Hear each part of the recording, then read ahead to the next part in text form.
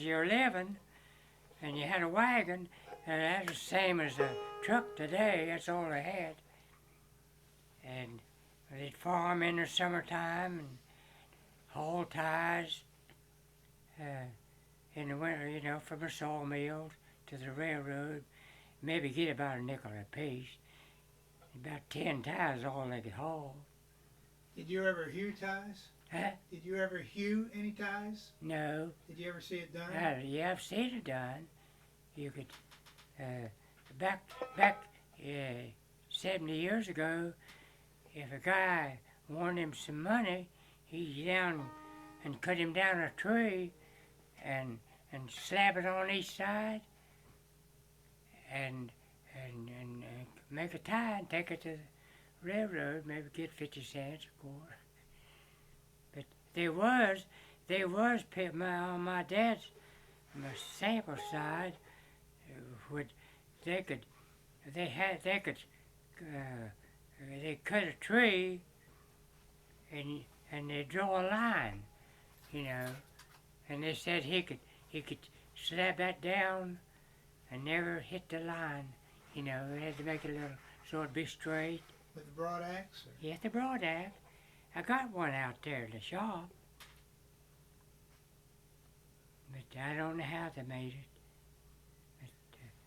But at times I got to pick it up in the 40s. In 43, the oil fields come in there, Blue Strange Creek put up an office. They drilled a lot of, they called them oil, it was gas wells. And they drilled a lot of wells, and I got a job on that. And boy, they paid 80 cents an hour. That's $24 a week.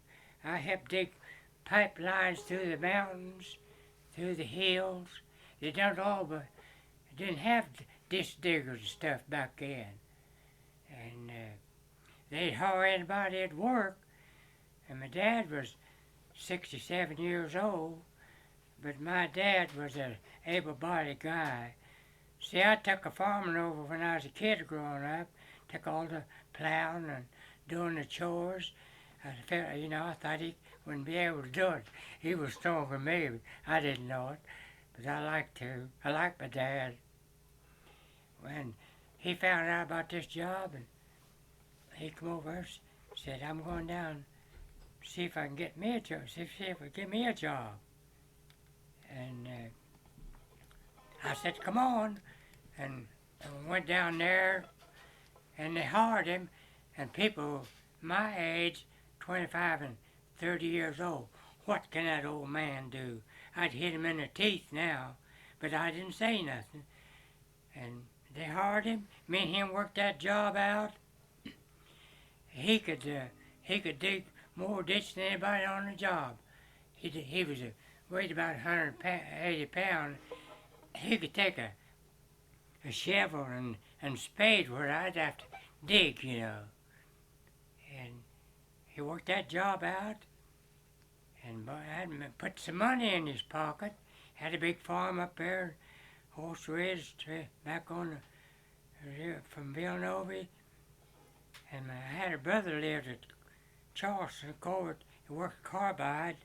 And I'm going to Charleston and get me a job.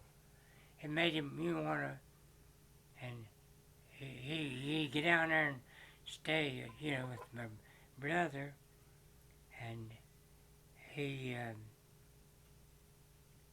went over to this, there's a bell factory or something, and he'd asked for a job. As he went through Monday, he'd go every day, and they said, we can't hire you. The army guys might be wanting to come back, want their jobs, and in your age, you're 67 years old. And they went down for one Friday evening, and the old boss must have took a liking to him. He said, what am I going to have to do to get rid of you? Now, this is the truth. My dad, he joined the church when he was 67 years old. he wasn't a Christian man all through life, but he was a good man, for as that part. And it always said, and my dad said, well, you're going to have to give me a job, and if you give me a job, I'll work a week, and if I don't suit you, you don't owe me nothing. And it went, that's on Friday evening, and they found out, that's how we got to Charleston, and they found out about a little house around, just in the country, like, it's just, Gordon Road was a building up, but there were just hills and just like every place else, few houses sticking around, and he went around, and this woman and her husband, they had lots and property, and she had this little house and 4 acres of land, and she wanted $4,000, and she wanted $300 down, and that was Friday evening. And now that's how honest people was back then. She had to be a good honest person. They had everything, but they wasn't saving. They didn't like to waste nothing like we growed up. I never threw nothing away. But anyhow, he said, I'll go over to a loan company and get borrow the $300, and that was all was said. And here come another guy after my dad left, and he wanted to buy it. He wanted the place. And she said it's done sold. And she told him about my dad, letting my dad have it. Oh, said you didn't make no contract or writing. I'll just give you $1,000 more than what you're charging that old man for that place. She wouldn't do it. Boy, today they'd do it, wouldn't they? But they was honest people back there. That's how we got by. Good. You used to be in the country, a man tell you something, his word was just good as writing on paper or anything. Getting back to when you were young. Huh? I said, getting back to when you were young. Yes. You said your dad played music and your grandpa played. Who else played music around Strange Creek? Well, did you have neighbors that played? Uncle Burton and John, and my dad's brothers, they played banjo and fiddle. Yeah, that's right. I've got their picture. That's there. That's them, Burton and John. How about if I give this to you and you tell me about it? What? I'm going to set this over here. That is, and you can just tell me yeah, about them, okay? Yeah. Here, I'll take the banjo. You just set it down. Burton and John, yeah, they played music back then. Banjo and fiddle, didn't have guitars. Has he got the banjo there in his hand? Is that the one who got the banjo? Yeah. That's the banjo they had. And they're, but they died young. And my dad lived. Now, did you ever hear them play? No, I never heard it. I don't remember seeing these. See, they was gone before I was born. And, Which one is playing which there? what? Which one is which? Which person is Burton there, and which one is John? Burton played the fiddle, and John played the banjo. Mm-hmm.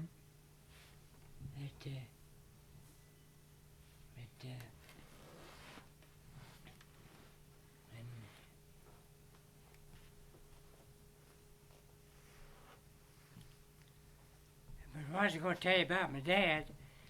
He left a 70-acre farm up there, tools, he left everything. He didn't go back to pick up nothing. He was tired of that hard way of living, and he worked there 4 years at that job, $1.25 hour, $10 a day, and paid for that place, and got paid for, and things was doing pretty good, you know. And he took cancer in his leg. Back there when me and my dad we walked 4 miles in the wintertime. The worst weather there ever was. The ground froze. You didn't quit. I can't stand it. I just too cold. You didn't. You went ahead and worked.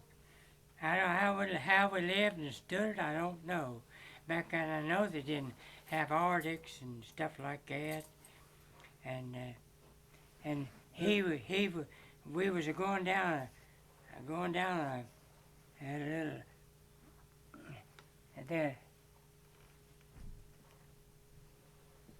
you remember going off in Horse Ridge, a big turnaround. You could go way out around, but before you, and there's a little path right down over the bank. It was about 100 or 2 feet. You know, we cut off some, and he fell down. He had his lunch bucket strapped on his shoulder, and that man really cried. It hurt so bad, but he finally got up and went on. I was going to ask you to play me a tune. A what? I was going to ask you to play me a tune. Play me a tune on the banjo? What do you want me to play? Well, you were playing that Liza Jane sounded pretty good. I'll play the Road is Called a Piano. I like that. That's a religious song. We used to go to church and people would get up and sing. But anyhow, 4 years after that, I got to moving around, and I lived up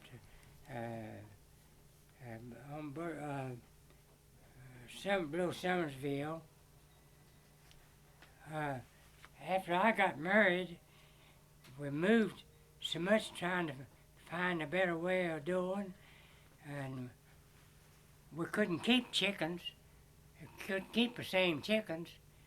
We always had a pig and some chickens to take with us, and what you do, when you find a new place, you go out to feed them, and them chickens lay down and get their feet tied. That's just a joke. Lay down and get their feet tied, because they're ready to go. Somebody told me once you never moved a cat.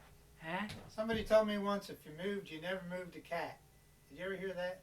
No. I moved dogs. I took dogs.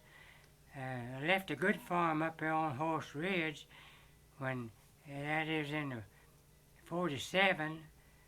I moved back on my dad's farm. I got to moving around and working in the mines and this and that. And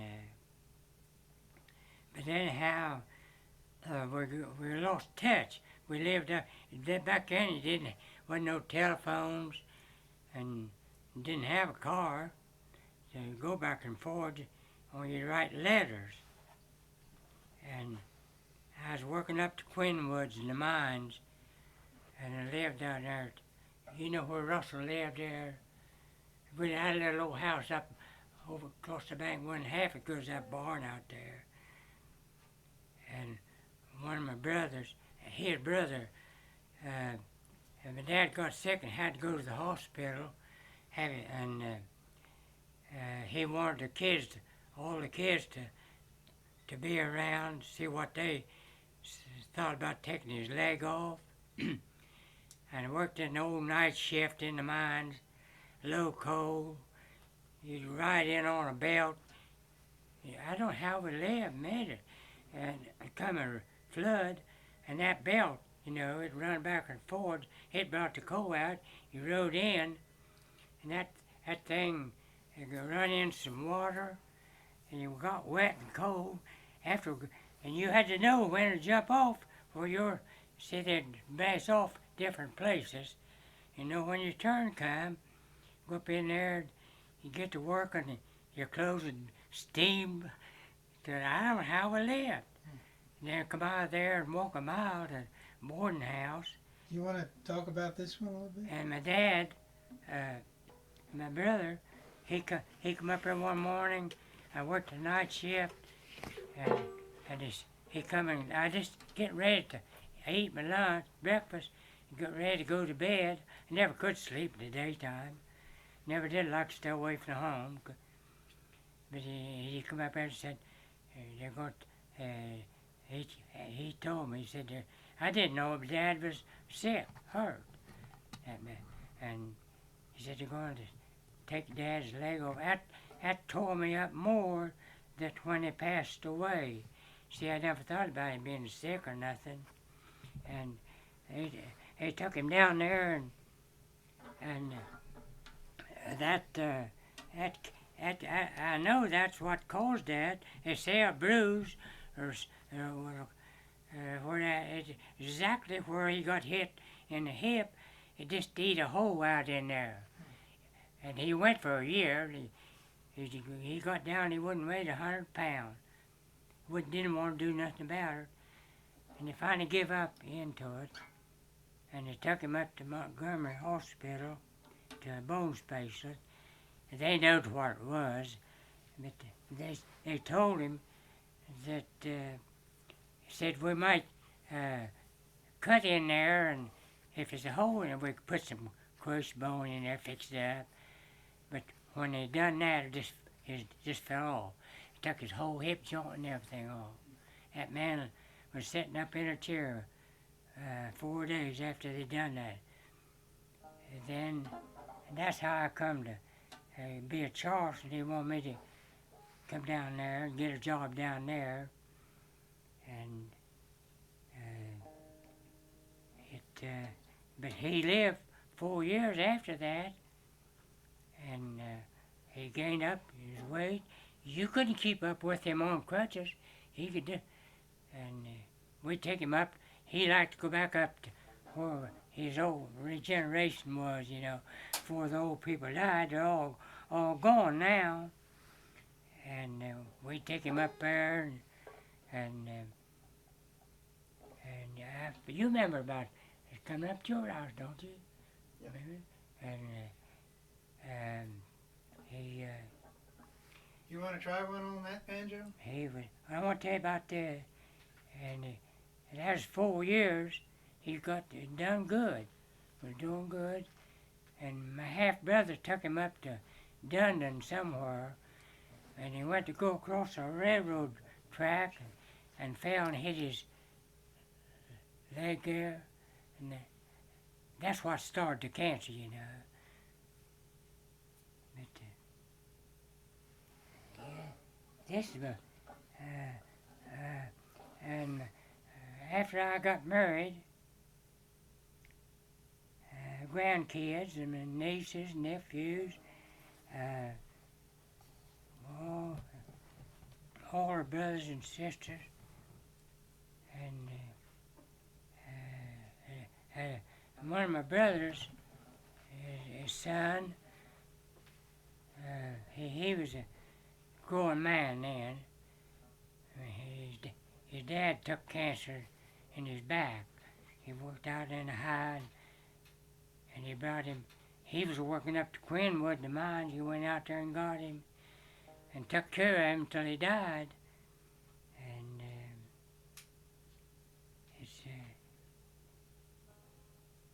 and then I don't know what I don't know what happened to his dad. He never did hardly know.